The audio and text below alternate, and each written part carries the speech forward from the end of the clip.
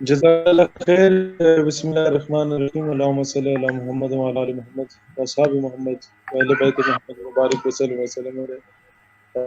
مجھے بہت خوشی ہوئی میری موجودگی میں ہمارے کرسچن کمیونٹی کے دوست نے ذکر کیا. بہت ہی زبردست گفتگو ان کی.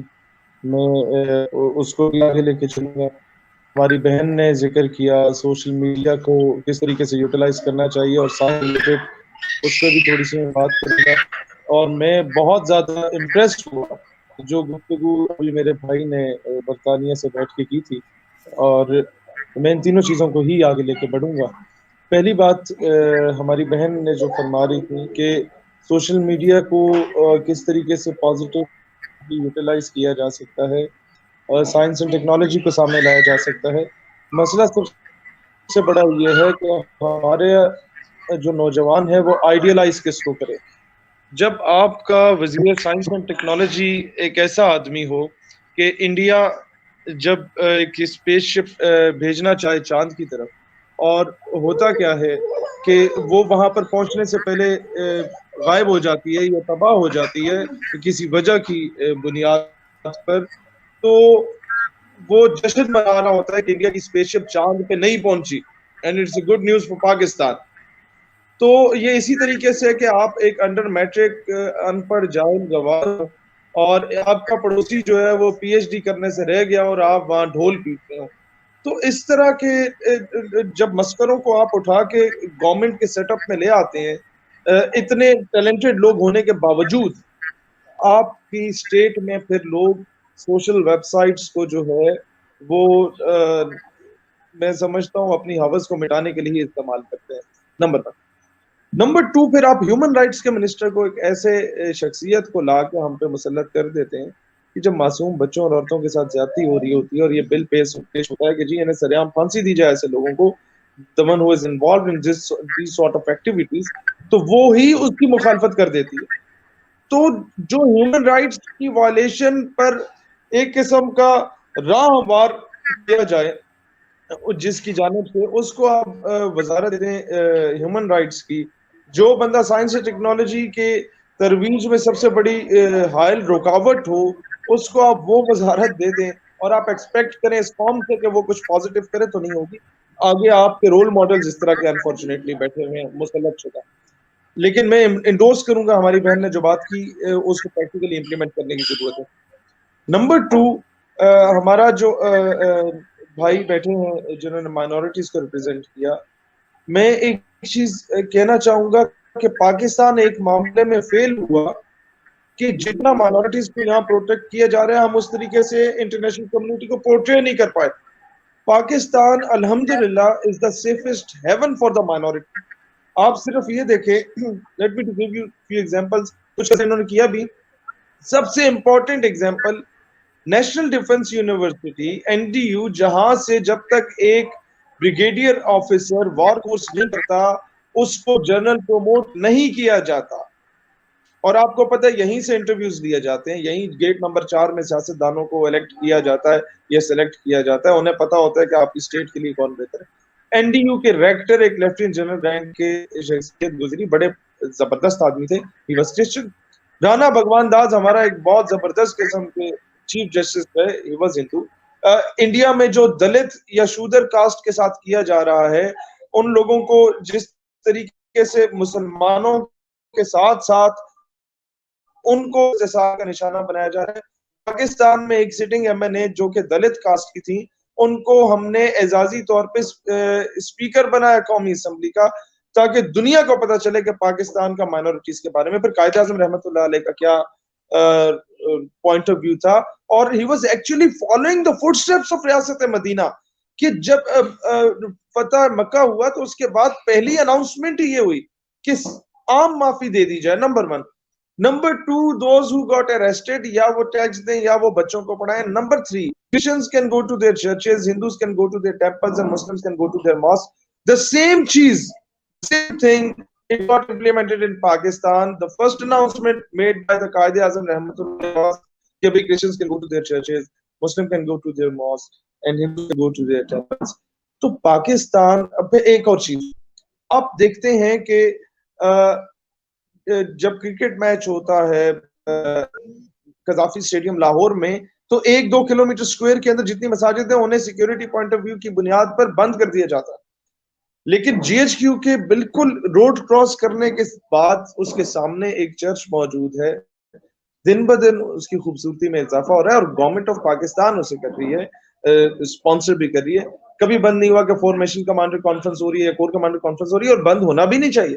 تو یہ مائنورٹی رائٹس 25 دسمبر کو کرسمس کے موقع پہ آپ کو مزار قائد پہ کوئی بھی ہمارے اسٹیک ہولڈرز میں سے ایک ادھ کوئی نظر آئے، عموماً نظر نہیں آئے گا.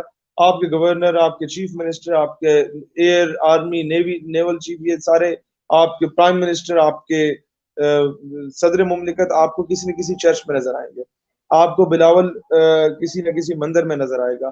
تو پاکستان میں ہر اعتبار سے جتنا مائنورٹیز کو پروٹیکٹ کیا گیا، اس کو پورٹرے کرنے کے لیے ہمیں پراپر سمٹس کرنے چاہیے تاکہ دنیا جو ایک خونخوار جانور کی طرح پاکستان پہ امٹنے کی کوشش کر رہی ہے، پاکستان کو جس طریقے سے وہ ڈیسٹیبلائز کرنے کی کوشش کر رہے ہیں اس آڑ میں، ان کو ایک میسج جائے کہ یار جو کچھ آپ کو نظر آ رہا ہے اور جو ریالٹی ہے اس میں زمین آسمان کا فرق ہے. نمبر 3 جو سر بات کر رہے تھے، جو برطانیہ سے بات کر رہے تھے، میں ان کی ہر بات کو انڈورس کرتا ہوں کہ رسول اللہ علیہ الصلوۃ والسلام رحمت للعالمین ہے، وہ کسی ایک اسکول آف تھاٹ کے لیے نہیں. اسی پہ میں ایک چیز اور آپ لوگوں سے ریکویسٹ کرنا چاہوں گا جو ہم لوگوں کو کیمپین انٹرنیشنل سطح پہ لانچ کرنی چاہیے. دنیا میں امن و ایام کے قیام کے لیے the thing which needs to be implemented is کہ جس طرح ہولوکاسٹ پہ قانون سازی کی گئی ہے کہ no one can speak over it either in favor or against it، اسی طریقے سے آپ انبیاء علیہ السلام، اور بلکہ اس پہ میں کریڈٹ دوں گا مسلمانوں کو، اپنے ان مسلمانوں بھائیوں کو، کہ جب حضرت عیسیٰ علیہ السلام، جیزس کرائسٹ جنہیں کہا جاتا ہے، ان کے اگینسٹ ایک مووی بنی تھی امریکہ میں، تو کیتھولک، پروٹیسٹنٹ یا آرتھوڈاکس سے پہلے مسلمان جو تھے وہ سڑکوں پہ نکلے اور انہوں نے کہا بھائی حضرت عیسیٰ علیہ السلام کو ہم جتنی قدر کی نگاہ سے، جتنا ہمارا ایمان پورا ہی نہیں ہوتا جب تک ہم انہیں تسلیم نہ کریں، ان پہ ایمان نہ لائیں. تو اسی طریقے سے ہمیں ابھی انٹرنیشنل لابنگ کرنی ہوگی. دنیا کے تمام ممالک جو کہ ابھی بھی ریلیجیس ویوز رکھتے ہیں ان کو آن بورڈ لینا ہوگا. مسلم ممالک کے بعد ہمیں کرسچن کنٹریز کو دیکھنا ہوگا اور انہیں کہنا ہوگا کہ آپ اس لا کو امپلیمنٹ کرانے میں ہمارا ساتھ دیں کہ no one could be able to speak against ناموس رسالت صلی اللہ علیہ وسلم. No one could be able to speak against Jesus Christ, حضرت عیسیٰ علیہ السلام. No one could be able to speak against Moses, حضرت موسیٰ علیہ السلام. No one could be able to speak against David, حضرت داؤد علیہ السلام. Similarly حضرت محمد صلی اللہ علیہ وسلم کے بارے میں مسلمان تو کبھی برداشت نہیں کر سکتا کسی قسم کی الٹی سیدھی بات. تو اس کے لیے آپ کو سب کو آن بورڈ لینے کی ضرورت ہے اور ان کو سمجھانے کی ضرورت ہے کہ کتنی امپورٹنس کا حامل ہے معاملہ دنیا میں امن و امان کے قیام کے لیے. اب آتے ہیں پاکستان کی طرف، جو آج آپ کا ٹاپک ہے نوجوانوں کا. سب سے پہلی بات یہ ہے کہ نوجوانوں کی جو طلبہ تنظیمات ہیں جو بری طریقے سے استعمال ہوئی، خان ملک چودھری کا نعرہ لگاتے ہوئے، نوابوں، وڈیروں، جاگیرداروں کا نعرہ لگاتے ہوئے، سیاستدانوں کے پیچھے زندہ باد مرد آباد کی صدائیں بلند کرتے ہوئے، now the youth must join politics in a mainstream میں آنا ہوگا. اور ہم لوگ یہ 2-3 مہینوں میں آپ دیکھ لیں گے انشاءاللہ ایک بڑا فیصلہ کرنے جا رہے ہیں، اور we are in good contact with the student leaders of PTI, PMLN as well as of People's Party. تو ایک نئی ہو سکتا ہے ہمیں پولیٹیکل پارٹی جو ہے وہ کرنا پڑے، لانچ کرنا پڑے، اور جس میں حقیقی طور پہ یہ نوجوان قیادت مین سٹریم میں آئے. اور جب تک یہ لوگ نہیں آئیں گے، ایک دہاڑی دار مزدور کا بیٹا نہیں آئے گا، ایک مڈل کلاس یا لوور مڈل کلاس کا بندہ نہیں آئے گا، ایک سیلف میڈ آدمی مین سٹریم میں نہیں آئے گا، اسے ایک ریڑھی والے کا یا دکاندار کا یا ایک عام غریب آدمی کا درد کا احساس نہیں ہوگا.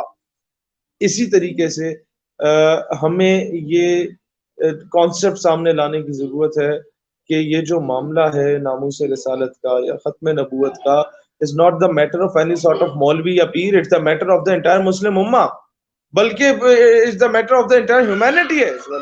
تو تیسری چیز جو ہم لوگوں کو مین سٹریم میں لانی ہے جو آپ نے بات کی تھی جو برطانیہ سے ہمارے دوست ہیں کہ جی میرا جسم میری مرضی کا نعرہ لگ رہا ہے یا اس طرح کے سلوگنز ریز آؤٹ ہو رہے ہیں، 8 مارچ کو انٹرنیشنل وومن ڈے ہے، جہاں پر یہ نعرے لگے کرتے تھے وہ اسلام آباد، لاہور اور کراچی کے پریس کلب کے سامنے لگا کرتے تھے.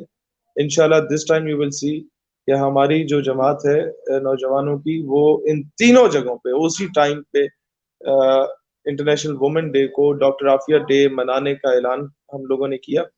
اور ڈاکٹر عافیہ قوم کی بیٹی ہے، ہم لوگ سر اٹھا کے نہیں جیت سکتے اگر ہماری بیٹی اغیار کے ہاتھوں میں ہو.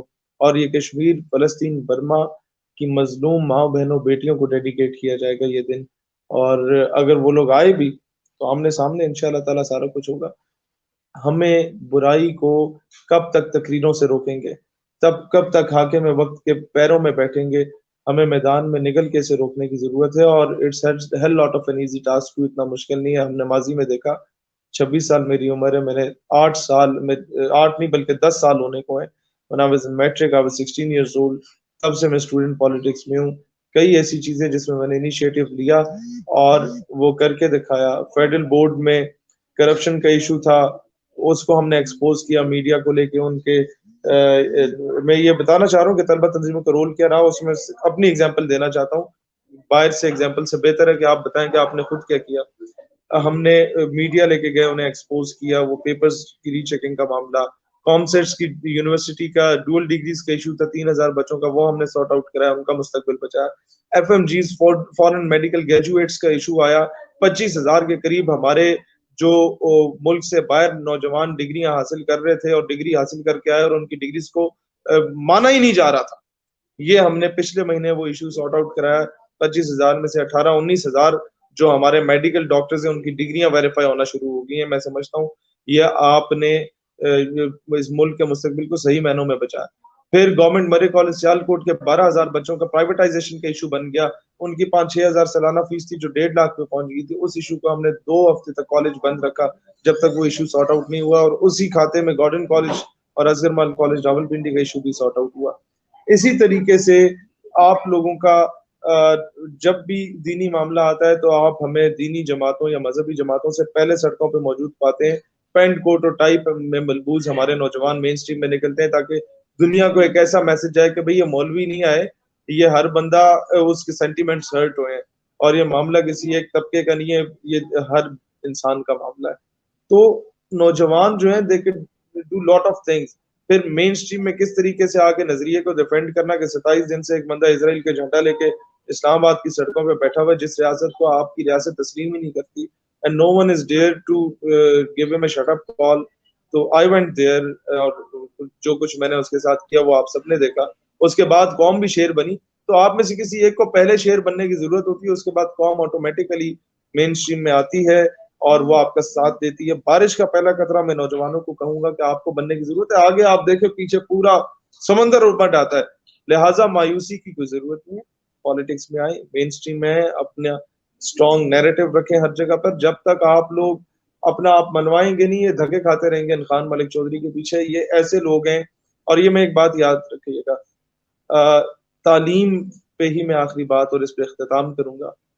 پی ایچ ڈی کی ڈگری کرنے کے بعد اپنے گاؤں میں جا کے اپنے دادا یا نانا یا چاچے مامے تائے کو 2 انگلیوں سے جا کے سلام کرنا ہے تو اس کا مطلب ہے کہ آپ اپنی ڈگری کو آگ لگا دیں. آپ پڑھے لکھے نہیں، آپ جاہل ہیں. اور وہی پی ایچ ڈی کی ڈگری حاصل کرنے کے بعد اگر کسی پنڈ کے نواب کے گٹوں میں بیٹھنا ہے، ان پڑھ نواب وڈیرے کے، تو پھر بھی ڈگری کو آگ لگا دیں کہ تم سے بڑا جاہل کوئی نہیں ہے. نوجوانوں میں حریت کا جذبہ پیدا کریں، نوجوانوں میں دلیری کا جذبہ پیدا کریں. نوجوانوں کو بتائیں کہ پاکستان اپنے فیصلے خود کرے. اس کے فیصلے وائٹ ہاؤس سے نہ ہو، اس کے فیصلے جو ہیں واشنگٹن ڈی سی سے نہ ہو. اور یہ اپنے فیصلے خود مختار ریاست کی طرح اپنے فیصلے کرے. اور جو اسلام نے حقوق دیے ریلیجیس مائنورٹیز کو بھی، فتنوں کا نہیں، مائنورٹیز کو، may be Christian, may be Sikh, may be Hindus, جو باقی آپ کے ملک میں ریلیجیس مائنورٹیز ہیں ان کو ان کے رائٹس دیں. آپ کے ملک میں جس طبقے کا استحصال کیا جاتا ہے غریب طبقے کا، اس کو اس کے رائٹس دیں. یہ سارا کچھ ہو سکتا ہے جب آپ لوگ خود مین سٹریم میں آئیں گے، جب آپ خان ملک چودھری کے ساتھ سیلفیاں بنوانا چھوڑ دیں گے اس کے سامنے ٹانگ پہ ٹانگ رکھ کے بیٹھ کے بات کرنے کے قابل ہوں گے، جس طرح ہم لوگ کرتے ہیں. ہو ہلکا یاراں تو بریشم کی طرح نرم، رزم حق و باطل ہو تو فولاد مومن. پاکستان ہمیشہ زندہ باد. اور بہت مزہ آیا آپ سب کو سن کے، اور بہت کچھ سیکھنے کو ملا آپ لوگوں سے. جزاک